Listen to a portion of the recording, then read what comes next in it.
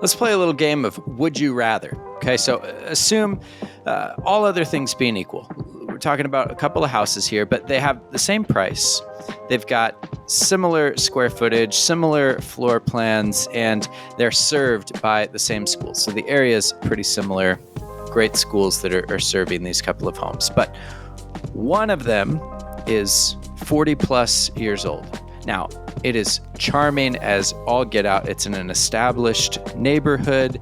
It has a 1/4 acre lot with mature trees on it. But the downsides are, within the next 5 years, you know that you're going to need to replace the roof, the siding, the windows, probably make some updates cosmetically, as well as do things to the electrical and plumbing. So that's option one.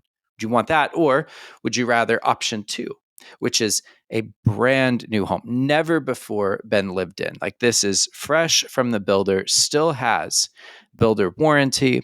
It has been built with all of the latest energy efficient building practices. It's got the highest of high insulation, really well thought out floor plan, brand new appliances. But the downside is it's in kind of a cookie cutter neighborhood. Like, the lot is about half of the size of a 1/4 acre. It's barely big enough for the home to fit on, with just a bit of a strip of grass in the back.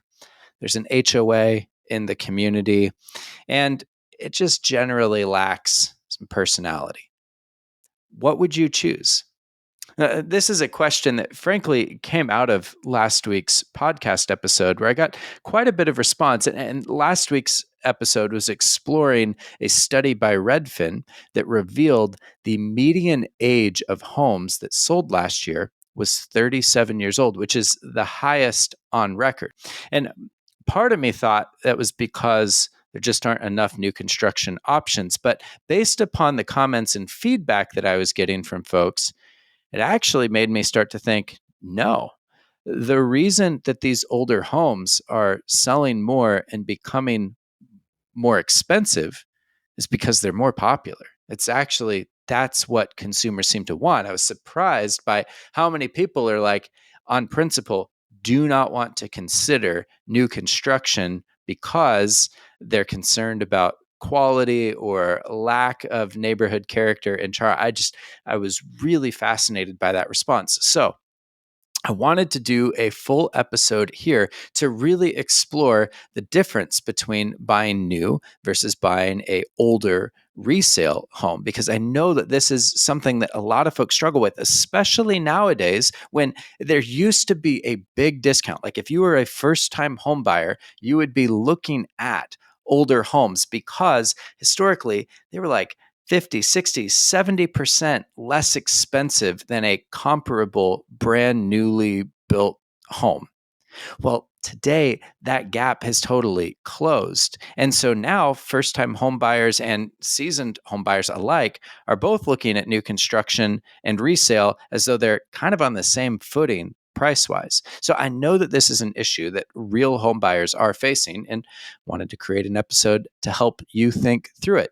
Of course, I also want to hear your thoughts, because this is a charged issue where people have voiced some strong opinions, and I love it. I am here for it. So do leave me a comment if you've got thoughts. By the way, my name is Nick. This is the DIY Homebuyer Podcast, part of the DIY Homebuyer Academy, where I am empowering you to buy your next house without using a costly buyer's agent, saving you between 2 and 3% on your next home. For most people, that's around $20,000 or more. Because I'm saving people so much money, it's definitely worth exploring if self-representation is right for you.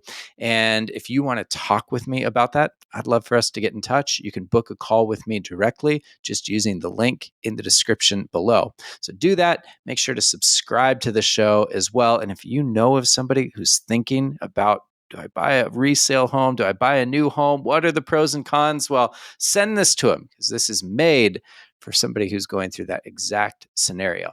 So let's get into it.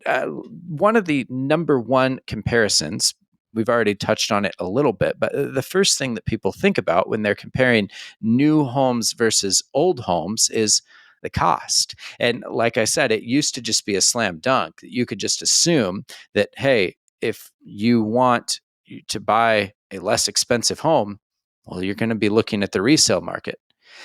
But at least in 2025, that has totally changed. In fact, many markets, a new construction home may be the same price or less expensive than a resale older home. And there's multiple reasons for that. With new construction, many builders are, with high interest rates, doing a lot of different incentives to bring the purchase price down. Critics of builders will say it's because they're using cheaper materials. And in some cases, that may be true. But it's also because in a lot of new developments, the lots are just smaller than they used to be. House lot sizes just continue to get smaller. And so it's very difficult in many places now to find a quarter acre or larger, which used to be kind of the standard in the 90s and before. So, with new homes, the prices have come down, at least relative to resale homes. Now, when we think about unique expenses to a new construction home that you probably wouldn't have on a resale home, appliances, at least washer, dryer, refrigerator, those usually don't come included on a brand new home. Window coverings, blinds, curtains, those things generally not going to be included on a brand new home, whereas they are on a resale home. And then personality kinds of things like interior paint or landscaping, the things that really make the home yours. Most of the time when you're buying new construction, it was that home was built to the lowest common denominator, just what's going to appeal to everybody. And so the interiors generally do lack much personality. You got to bring that, and that'll come at some additional expenses to yourself. One other consideration when it comes to costs of new construction versus resale homes, and we'll dive into this further later, but it's HOAs. Most new developments now have HOAs, and it seems like those HOAs just get more expensive year over year. So that would be another area where new construction would be more expensive than resale homes. But resale homes, they carry their financial risks as well. Now, while the upfront cost of the home may be very similar to new construction, a resale home, especially depending on its age, is much more likely to have significant expenditures that come within the first few years of home ownership. I talked about the possibility of replacing a roof or siding or windows. There's also more chance that there's been water damage, mold, foundation issues. There could also be things like electrical or plumbing systems that need to be updated. And those are just like routine maintenance things that you need to do in order to ensure the safety and overall livability of the home. Then you've also got all of your cosmetic kind of updates, because if a kitchen hasn't been touched since the 1990s, well, most likely you're going to need new appliances, and there's things that are just out of date. And with older homes, you might run into bigger renovations that you want to do, like expanding the size of a closet or a bathroom.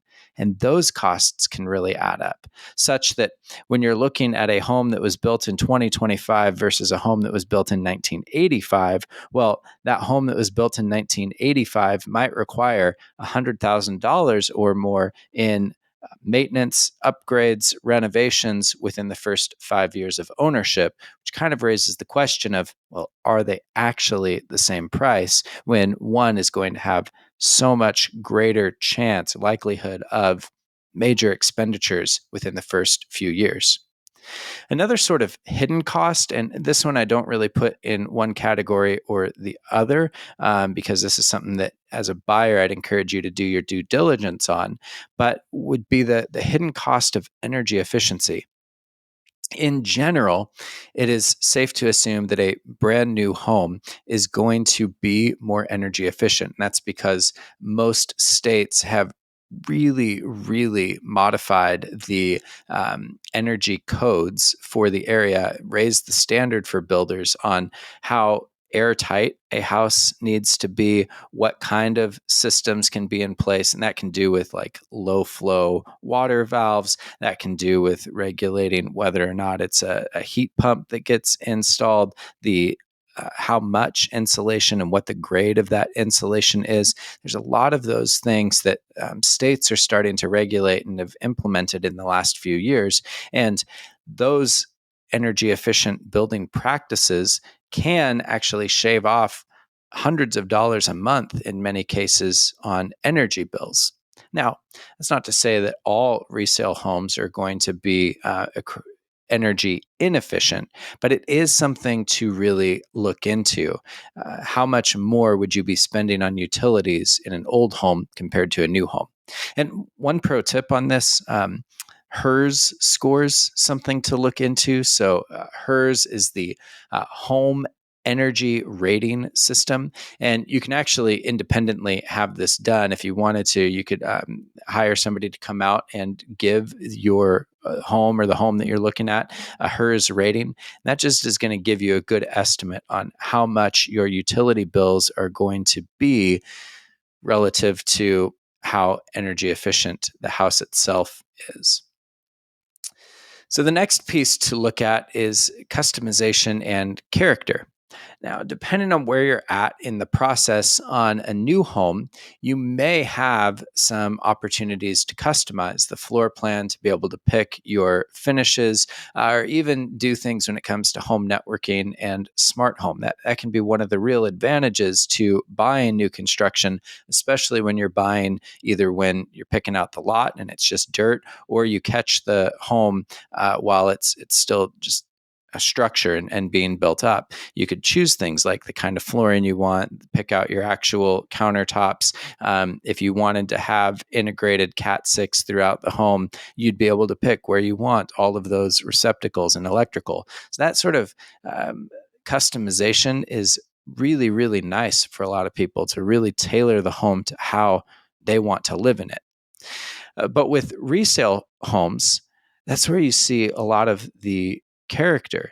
I was talking with another friend about this, and it was kind of interesting where he was just remarking on how subdivisions are a relatively modern invention, how it used to just be that people would buy a lot in a city, and it might take 10, 15 years for all of those lots on a block to sell, and everybody would buy their own lot and then find their builder, contract all of the work out.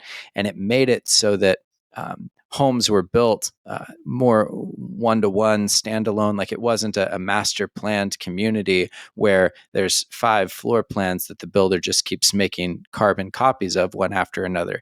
Instead, you have this wide diversity of homes that were built up over a 15-year period, reflecting some of the different changes in architectural taste throughout that decade and a half.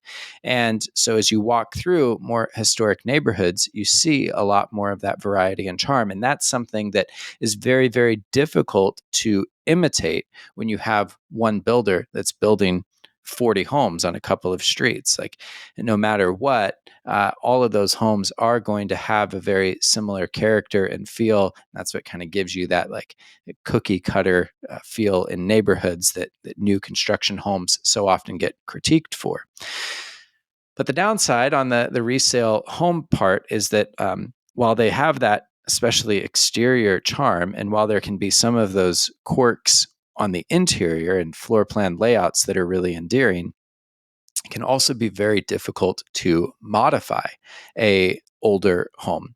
That can be one because if it truly is a historic home in a historic neighborhood, there will be different neighborhood committees that make it very, very difficult to make any exterior changes. There are big process and hoops that you've got to jump through because they're trying to protect the character of the neighborhood. And then the second piece to that is that with load-bearing walls, with sort of funky layouts, it can get really expensive really quick if you actually want to modify the floor plan on one of these older homes.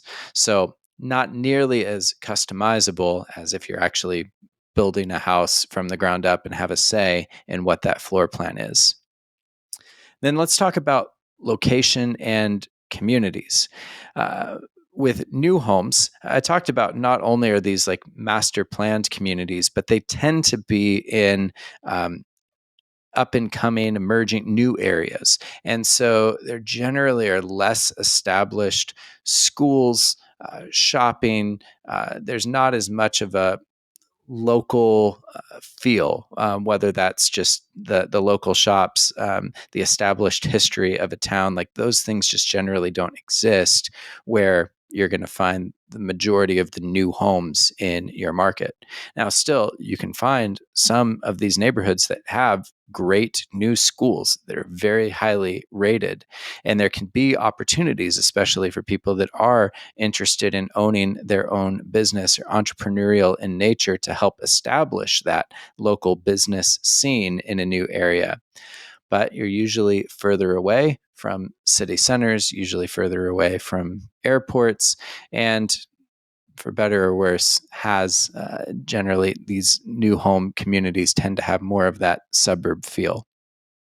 But with a resale home, these are typically in mature neighborhoods with established infrastructure. They often will have great neighborhoods for walking, established parks that can be awesome for whether it's walking pets or if you have children. There's usually going to be more shops, coffee shops, restaurants that are within just a few minute drive. And certainly, like the biggest cities, the most populated areas, in part are most populated because that's where the most housing is, and the most housing is there because those are the areas where people have lived the longest. So that's where the oldest, most established homes are. So it just makes sense that it's usually those older resale homes that are closer to a city. And so if you care about having all of the amenities of a city, well, you're probably going to be looking at older homes. And you sort of pay for those amenities in that additional cost that a older home brings. That land is just worth more. Whereas with new homes, because they're further out, they're in the up and coming areas, the land isn't quite as expensive out there yet, which is how new houses remain somewhat affordable. Certainly nowadays, just as affordable as a resale home. Now, maintenance and longevity, this is a topic that I think people will have a lot of opinions on, because you would hope or you would think that a brand new home would have much less maintenance and greater longevity. And most builders include a 1 year workmanship warranty. This covers things like, it covers most anything in the house, where if there was a major problem with plumbing or with electrical, or if you got a huge drywall crack, that would be covered by your builder warranty. And many of them will do it 11 months after you've moved into the house, like a quality check where they'll come and seal any separation in grout, or if there's major cracks in concrete, they might come and patch those things for you. But I've gotten a lot of pushback here where folks have said, yeah, it's great that new homes come with warranties, but the construction is still just really shoddy, and they use really low quality materials. So they use some of the worst windows that you can get. The roofs are slapped on really fast. The framing is warped, and so you get these weird bends in your walls. You get squeaky floors after just a few months. And I got to say, it really depends on the builder, but that critique is not altogether wrong. People that make that critique, they're onto something there. Many builders do include a 210 warranty, which covers structural issues for 10 years, so that if there was a problem with framing, a problem with the roof, plumbing, electrical system, those are often included in that 10-year portion of the third-party warranty. But this is just an area where if you are looking at new homes, you've really got to be discerning and ask the builder a lot of questions about warranty, about what's covered, what the process looks like. This is also where you really want to look up reviews, And ideally talk to homeowners that have built with that particular builder, because there are some very high quality builders. I find this is especially true of local and regional builders that are privately owned. But when you get into the big DR Hortons, the publicly traded national builders, who they answer to their shareholders at the end of the day, not to homeowners. And those are the ones where I start to see the biggest issues when it comes to build quality and consistency. But when you compare a old home to a new home, um, as I mentioned, like there's just a much higher risk that you're going to have imminent problems with maintenance, things that need to be addressed, or where if you've had water issues, if the previous owner had a water issue that they didn't know about, a slow leak in a pipe behind the walls for 5, 7, 10 years, and now you're buying the home and inheriting that problem, at some point that is going to become a nightmare for you to fix with all of the mold or anything else that could cause. Now, I can hear the argument like, well, that could be happening on a new construction home as well.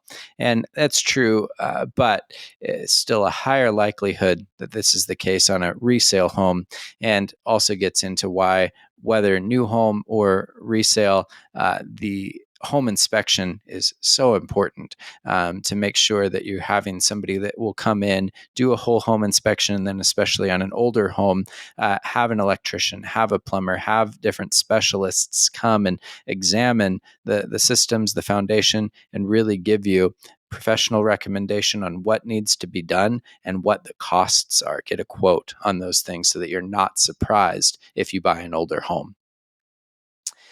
And then let's talk about appreciation and resale value, because new homes surprisingly can appreciate very quickly. They can actually appreciate quicker than many resale homes. And here's the caveat to that. Um, Many subdivisions nowadays are built in phases, and builders every month, 2 months, quarterly, they raise the prices, the base price on the homes that they're building. And then every time they open a new phase, there's usually a fairly significant price jump as that new phase opens, which means that a home that was built in phase one will rapidly appreciate as all of the similar homes in that same development get built up and the price increases on those over the next 2, 3, or 4 years. And I've seen this happen for a lot of folks where they were able to buy in at the earliest phase of a community. And by the time that community was totally built out, they had 20% in equity, not because of any improvements that they made on the home, but just because that's how much the builder had increased prices over the course of that 4 years. So if you buy early on a development that you like, you usually get to ride a pretty nice wave of appreciation. Now, the counter to that is that, well, if you're buying one of the last homes in the final phase of a development, most of the appreciation there has been milked, and you're just going to be riding whatever the market appreciation is. You probably won't see anything extreme. And with resale homes, it's kind of hit and miss. Like, this is where it's all about location, location, location. And so if you're buying a home in an area where there's a lot of money being poured into new development, or there's a lot of other homes that are getting fixed up and repaired, and then they're being resold and the appraised values of those homes are going way up, well, then you kind of get to ride that wave, much like buying in early on a new construction neighborhood, because it's all about the appraised values of the homes around you is what's going to raise the value of your home. But in most neighborhoods where development has somewhat stagnated, building has moved on, the area isn't particularly growing, well, it's not uncommon to see house values plateau. And no matter how much extra you put into your house with bathroom renovations and upgraded kitchen, if there aren't any other homes that are seeing similar upgrades and selling for higher dollar values, you don't want to be the most expensive house on a street. You won't see the return in there. And that can be one of the dangers for people that buy a charming old home that needs work, is that if there's a lot of charming old homes that all need work around you and you're the first one to move in and do it, it's going to be really hard for you to capture that appreciation. So you better be able to wait for a while. Last few things to consider here as we think through the difference between buying new versus buying older home would be sustainability. I talked about energy efficiency, but I just throw this out there because as you're talking with builders, just ask them about the energy code, especially if there's things like LEED certification. If a home is Energy Star certified, again, I'll mention asking for the HERS score, as many builders do that testing. But also know that older homes can be retrofitted to be energy efficient by increasing the amount of insulation, installing things like a heat pump, doing some air sealing, or even adding things like solar panels to the house, which frankly is a whole nother video for a whole nother time because solar panels can be fraught with issues for homeowners, but we'll save that for another one. Smart home features is another big one. If you really care about having integrated security system, cool smart home lighting systems, networking, having fast internet all throughout the house, gosh, it is so much easier to do that on a brand new home than it is to do on an old home and try and retrofit and run new cabling, wiring, trying to send a Wi-Fi signal through plaster walls. Like that stuff can kind of suck. So if you really are into like smart home features and functionality, well, a new home is at least going to be easier and more cost effective to realize those smart home dreams than having to retrofit it into an old home. With market trends, I mean it when I say it. There's never been a better time, a time where economically it makes more sense to buy a new home. In many cases now, a new home is going to be about the same price, if not less expensive than a resale home. And that's only helped by builder incentives where they're buying down your interest rate significantly, or they've got other programs that help you get into a house. Whereas resale sellers, generally, they're not in a position where they're forced to sell. They're harder to negotiate with. There's not the same kind of incentives that a builder is willing to offer. And so when it comes to getting the best kind of deal financially, you're most likely going to have better luck with a builder than with the average home seller. And just as some closing advice for you here, if you're looking at buying a new home, here's what I'd do. Research the builder's reputation. You really want to look at their past projects, drive through some of the neighborhoods that they've done, see if you can tour some of the homes that they've built in the last few years, see if you can talk with any homeowners. But knowing the builder's reputation, understanding their warranties, do they stand by their work, what materials are they using? That's huge. You also really want to understand HOA rules and fees. This is one of those areas where most of the time older homes aren't going to have HOAs. They're not going to have the high fees that many new communities do. So really make sure that that HOA is not going to cramp your style, prevent you from doing the things that you want to do. Like if you ever wanted to rent out your house, many HOAs prohibit or have strict rules against rentals. Similar when it comes to parking in the street or painting or making exterior changes to your house. Like, can you put up a shed or do you need to get HOA approval for that? So that can be a deal breaker for a lot of folks. And then finally, if you are building the home or you get to have some say in the upgrades, make sure that you get pricing on that up front, because those upgrades and modifications, they can add up really, really quick. So those would be the three things that I'd recommend. If you're looking at older homes, well, I want you to prioritize the home inspections. And I'm saying going beyond just a whole home inspection, but really having plumber and HVAC and electrician come out and evaluate the systems and on anything that needs to be replaced to get quotes so that you can either negotiate that repair or credit into your deal, or at least you can budget for it. And that brings me to the second point of budgeting for immediate versus long-term repairs. You need to have an idea of, okay, where are the big things like the roof and siding and air conditioning unit? Where are they at in their life cycle? Are these things I'm going to need to replace as soon as I move in? Or do I have 5 to 10 years to budget for those expenses? You need to know that.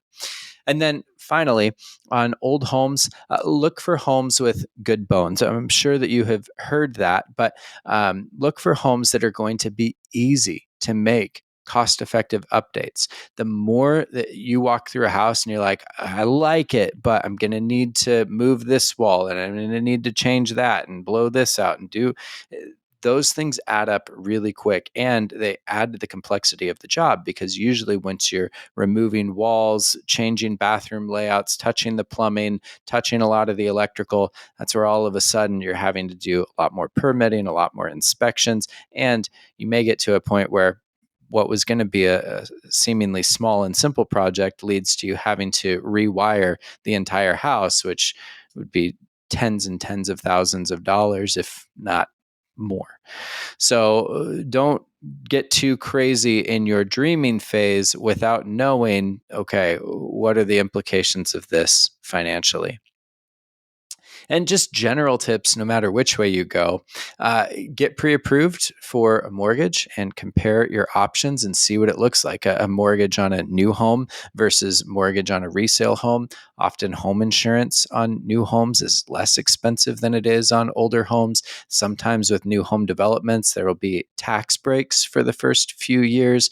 Those are all things that you just want to look at. Okay, what is the difference in monthly cost for a new home versus a resale home?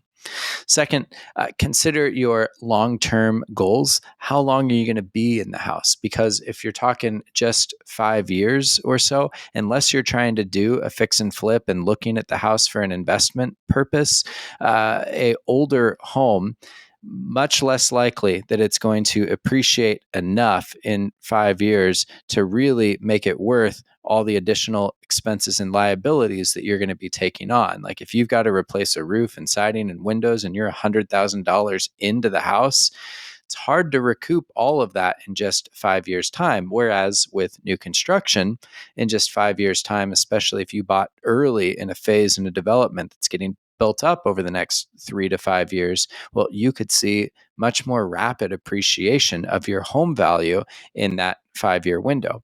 However, if the time horizon is 20 years, well, in that case, it doesn't really matter, because in 20 years, even on a brand new home, there's going to be a lot of things that you're going to want to replace. And so if you're going to be replacing those things anyway, well, then you may just want to buy an older home if that's the kind of charm and mature neighborhood and larger lot, if those are the things that appeal to you.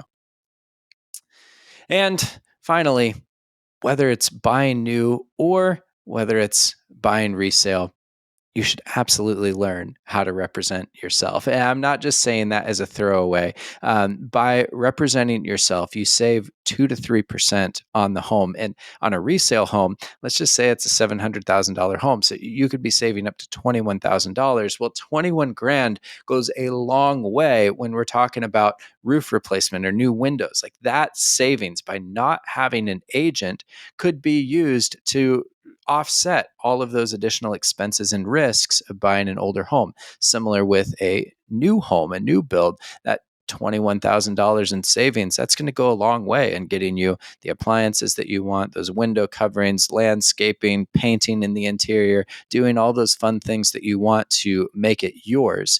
And really, representing yourself is not that hard. And that's exactly what I am here to teach you how to do. So if you want to learn more, book a call with me. Do that in the description below. Before you go, make sure that you've subscribed, and then let me know in the comments. What are your thoughts? Would you rather the older home or the newer home? I want to hear it. Thanks for coming along. I'll see you in the next one.